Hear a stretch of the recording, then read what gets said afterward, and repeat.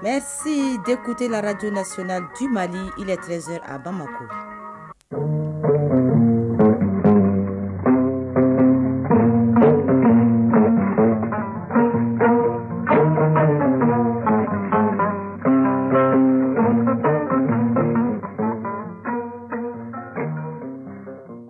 Le journal Tenemba Munikata. L'armée malienne ne vise que les terroristes à Kidal. Elle y a mené hier des frappes aériennes contre des cibles terroristes dans l'ancien camp de la MINUSMA. La 4e édition des journées textiles Mali Finiou a pris fin. Nombreux étaient les exposants, intéressés étaient les groupes de visiteurs. À la fin, satisfaction sur toute la ligne, nous dira Mariam Koulibaly. Environnement avec Agibou Koulibaly, il traite de la justice sociale et environnementale dont l'absence engendre des inégalités du même ordre. Et puis sport, la page est animée par Aridj Matina, que du football, Ligue des champions féminines 3e édition, Coupe du monde des cadets en Indonésie, CHAN 2024 et Ligue européenne des champions. Mesdames, Messieurs, bienvenue. Dans leur dynamique de surveillance des activités terroristes, les forces armées maliennes ont mené des frappes aériennes hier à Kidal contre des cibles terroristes dans l'ex-camp de la MINUSMA. Les vecteurs aériens des FAMA ont identifié et neutralisé plusieurs véhicules pick-up des terroristes. L'armée tient à rassurer la population et l'invite à ne pas céder à la propagande des terroristes visant à ternir la réputation des forces armées maliennes. La sécurisation des personnes et des biens reste la priorité des FAMA partout sur le territoire malien. Lancés le 6 novembre dernier, les travaux des journées de la recherche et de l'innovation se poursuivent à travers des panels. Les chercheurs, les innovateurs et les décideurs mènent des réflexions en vue de trouver des solutions à certains problèmes relevant des domaines comme l'agriculture, la science et la sécurité alimentaire. Une de nos équipes de reportage dirigée par Aridj Matina a suivi quelques panels. La rencontre de haut niveau des 5 jours de la communauté scientifique du Mali est mise à profit par les participants, à savoir les chercheurs, les innovateurs, les inventeurs, pour mener différentes réflexions sur certains défis majeurs dans les domaines comme l'agriculture et la sécurité alimentaire. Recherche et innovation au Mali, cas de l'agriculture dans le contexte des changements climatiques, était au menu des panels du jour. Dr Fagaï Sissoko, conférencier. Certes, la recherche a des résultats excessivement intéressants. Nous avons vu avec les travaux qui ont été présentés, que ce soit aussi bien sur le plan du rendement, que ce soit sur le plan de la conservation des sols et des eaux, des résultats extrêmement importants sont disponibles. Mais quand on passe en milieu paysan, on voit quand même qu'il y a une déperdition un peu des résultats qui sont obtenus au niveau de nos sachants de recherche. Il y a un gap qu'il faut combler. C'est indéniable. Il faut que les décideurs regardent ça de près, investir dans la recherche pour avoir des retombées. Dans tous les pays du monde, la recherche est au devant du développement. Professeur Abdoulaye Dabo, participant. Les présentations qui ont été faites en rapport avec cela montrent effectivement que nous sommes en danger. En danger, c'est vrai. Il y a des phénomènes qui ne sont pas du ressort de l'homme. Là, c'est la pluviométrie et le réchauffement climatique. Il y a également un dérèglement du climat qui impacte négativement sur la production agricole, comme ils l'ont dit. Donc, ce qui fait que nous devons beaucoup faire attention et revoir nos méthodes de production. Autre salle, autre conférence entre les acteurs du domaine qui planchent sur la thématique diversification des produits locaux entrant dans la fabrication du pain en vue de réduire la dépendance du Mali des importations du blé. Aruna Nyang, modérateur. L'idée d'abord, encourager la production de blé au niveau local. Parce qu'il semble, d'après nos agronomes, nos experts, que le Mali, certaines zones ont des potentialités pour pouvoir faire le blé. Il faudrait que l'État, avec le secteur privé, envisage donc de voir la possibilité de faire une production locale de blé. L'objectif sera de réduire la dépendance du Mali de l'importation du blé. Ces journées qui visent à célébrer et à magnifier la recherche et l'innovation aborderont plusieurs autres thématiques jusqu'au 10 novembre prochain. Le Mali est un exemple en matière de recherche et de production du sorgho. Le Centre régional de recherche agronomique de Sotiba a abrité la journée porte ouverte sur la filière sorgho. Cette année, la journée porte ouverte a enregistré la participation des producteurs, des représentants des organisations paysannes, des représentants de l'association sémencière du Mali et surtout celle des chercheurs et sélectionnaires de sorgho de la sous-région comme les Burkina Faso, les Niger, les Ghana et les Nigeria. Les points avec Abdul Karim Kaba. Le sorgho constitue l'aliment de base de plus de 80% de la population malienne. Il est généralement cultivé à la fois pour son grain utilisé en alimentation humaine et sa paille utilisée comme fourrage. C'est fort de cette expérience que les autorités ont accentué les efforts dans ce sens. Le Mali est donc un exemple en matière de recherche et la production du sorgho. Dr Abdoulaye Diallo, responsable du programme sorgho à l'IR de Sotiba. Le programme sorgho est divisé en 5 composantes. Il y a la sélection, il y a la défense des cultures où on parle de l'entomologie, la phytopaléontologie et la malherbologie. Donc ces différentes disciplines travaillent ensemble pour développer des variétés. Et ça c'est au Mali, parce que c'est rare dans les autres pays, chacun travaille individuellement. Le travail abattu par le Mali dans le programme sorgho a séduit plus d'un, d'où la présence des chercheurs et sélectionneurs de la sous-région à la visite.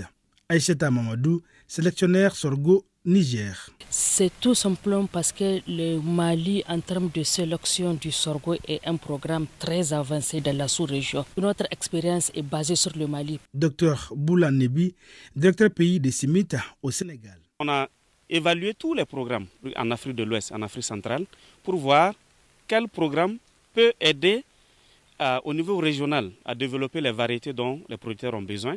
Et dans ce lot, on s'est rendu compte qu'il y a beaucoup de jeunes chercheurs. Et ces jeunes chercheurs ont demandé à venir voir le programme sorgho du Mali, voir comment est-ce que ce programme travaille, copier l'exemple pour pouvoir avancer. Il s'agit à travers cette journée de montrer les performances des nouvelles technologies développées par le programme sorgho. Elle a été marquée par la visite des essais du programme sélection, agronomie et phytopathologie, la visite des parcelles de démonstration des variétés et hybrides de sorgho. Cette visite des acteurs de la sous-région a pour but d'assurer la sécurité alimentaire, la prospérité rurale, car le sorgho est cultivé par les populations pauvres et vulnérables de l'Afrique subsaharienne.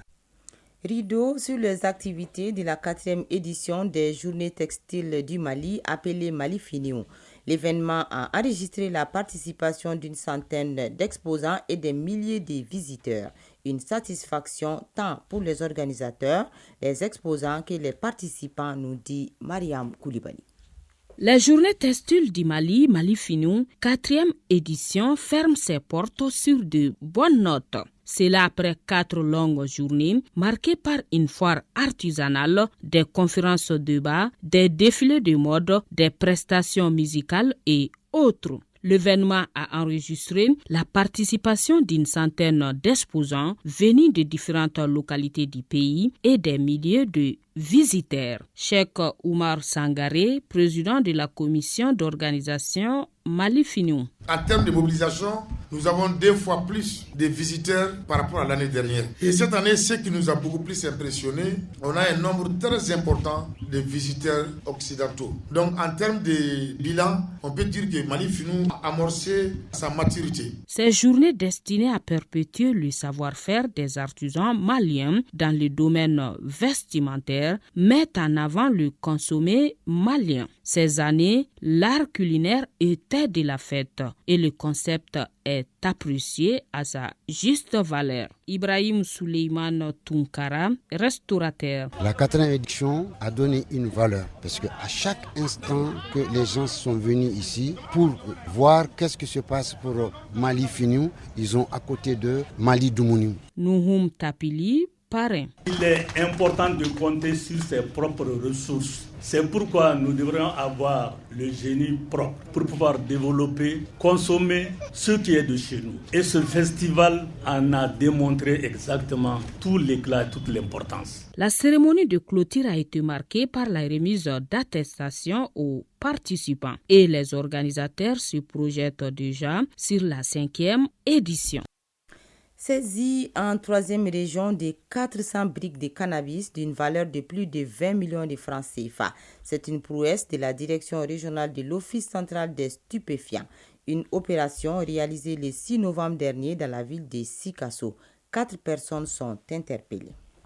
C'est une opération réalisée dans la nuit du 6 novembre 2023 par les éléments de la direction régionale de l'Office central des stupéfiants de Sikasso. Une opération qui a permis de mettre la main sur une quantité importante de cannabis dissimulée dans des conditions particulières dans une remorque.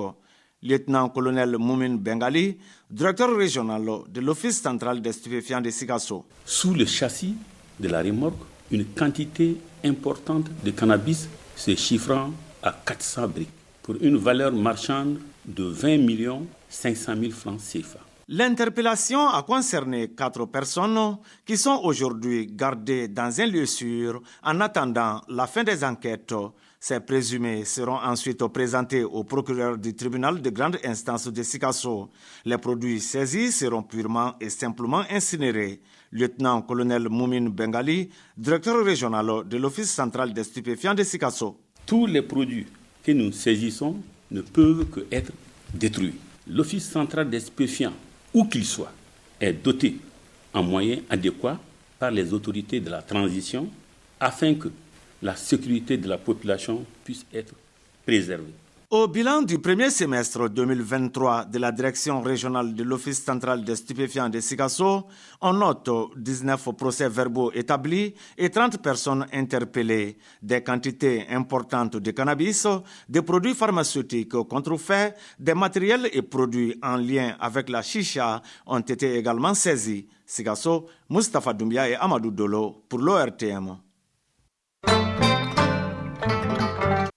Actualité sur le continent Niger, le ministre de la Défense, le général Salifou Moudi, s'est entretenu lundi avec le président togolais Faure Gnassingbé.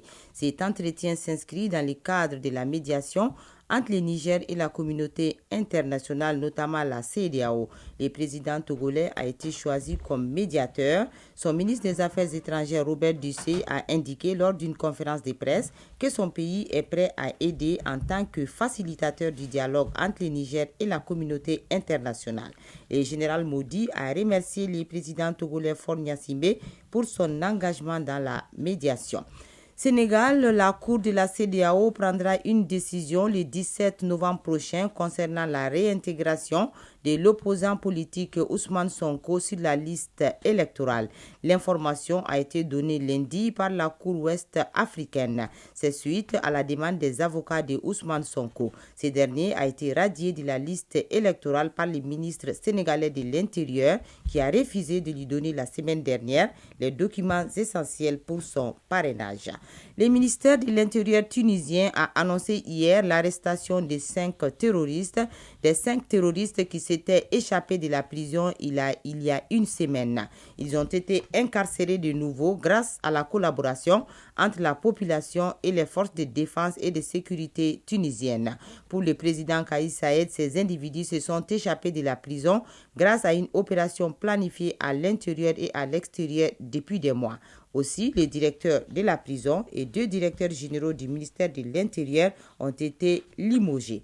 En Russie, le ministre russe de la Défense Sergei Shoigu et le ministre burkinabé de la Défense Kassoum Koulibaly se sont rencontrés hier dans la capitale russe. Cette rencontre entre les 2 pays est destinée à renforcer leur coopération sur le plan sécuritaire. Pour le ministre Sergei Shoigu, cette visite de son homologue est une nouvelle étape dans le développement des 2 nations. Quant au ministre Kassoum Koulibaly, il a annoncé que son pays a signé un accord à mi-octobre avec Moscou pour la construction de sa première centrale nucléaire.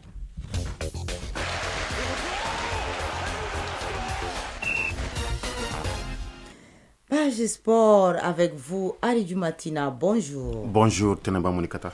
Football, Ligue des champions féminines, 3e édition. La deuxième journée des matchs de poules débute aujourd'hui. Oui, la compétition se déroule en Côte d'Ivoire ce mercredi dans le groupe A à Kourougou. Le Sporting de Casablanca affronte Mamelodi Sundowns d'Afrique du Sud et Atlético d'Abidjan jouera contre JKT Queens de la Tanzanie. Le groupe B basé à San Pedro au stade de Laurent Pokou, lui joue sa deuxième journée ce jeudi avec les oppositions Huracan FC de la Guinée équatoriale, AS Fara du Maroc et AS Mandé du Mali. Ampem Darkwa du Ghana, l'AS Mandé lors de son premier match avait fait match nul 1-1 contre Huracan FC de la Guinée équatoriale. La Coupe du Monde des cadets démarre vendredi en Indonésie et les Aiglonnais sont logés dans le groupe B. Oui, dans quelques jours, les regards seront braqués sur l'Indonésie qui va abriter la 19e édition du Mondial des cadets. S'agissant des Aiglonnais maliens, ils sont logés dans le groupe B et ils sont déjà sur place. C'est là après avoir fait 10 jours de stage en Arabie Saoudite, logés dans le groupe B à Surakarta. Le Mali entre en lice le 10 novembre contre l'Ouzbékistan.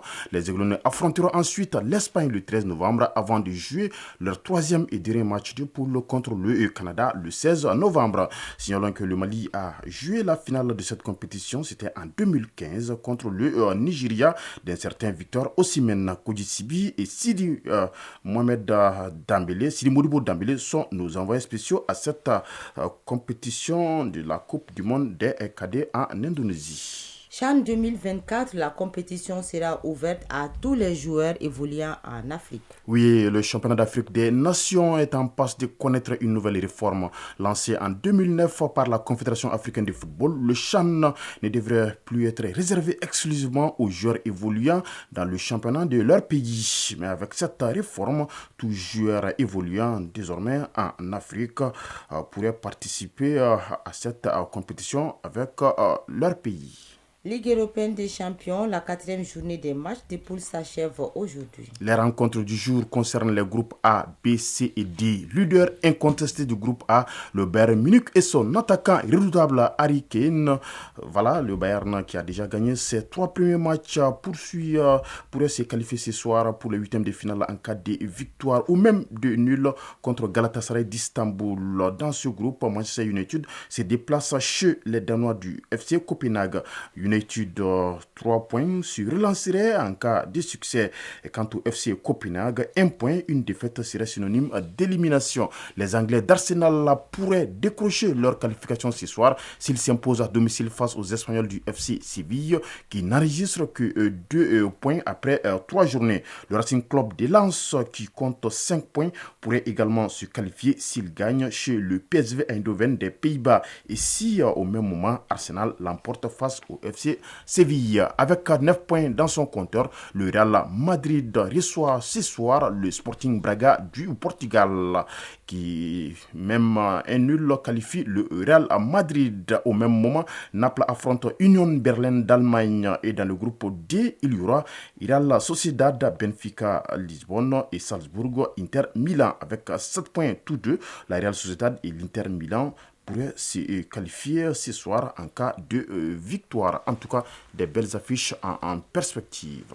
Merci Aridou Matina pour toutes ces informations. Chronique de l'environnement. Il existe un lien entre les inégalités sociales et environnementales. La chronique environnement s'intéresse aujourd'hui à la justice sociale et environnementale. Elle vise à équilibrer les préoccupations sociales et environnementales pour garantir un avenir plus durable, équitable et inclusif. Agibou Koulibaly. La justice sociale environnementale implique d'assurer un accès équitable aux ressources naturelles telles que l'eau, les terres agricoles et les forêts. Les conflits liés à l'accès aux ressources sont fréquents dans de nombreuses régions du monde et peuvent avoir des répercussions sur la stabilité sociale. Irène Nganga, gestionnaire du programme Afrique de l'Ouest à OSM Bruxelles. Pour nous, l'environnement est une thématique transversale très importante de notre programme.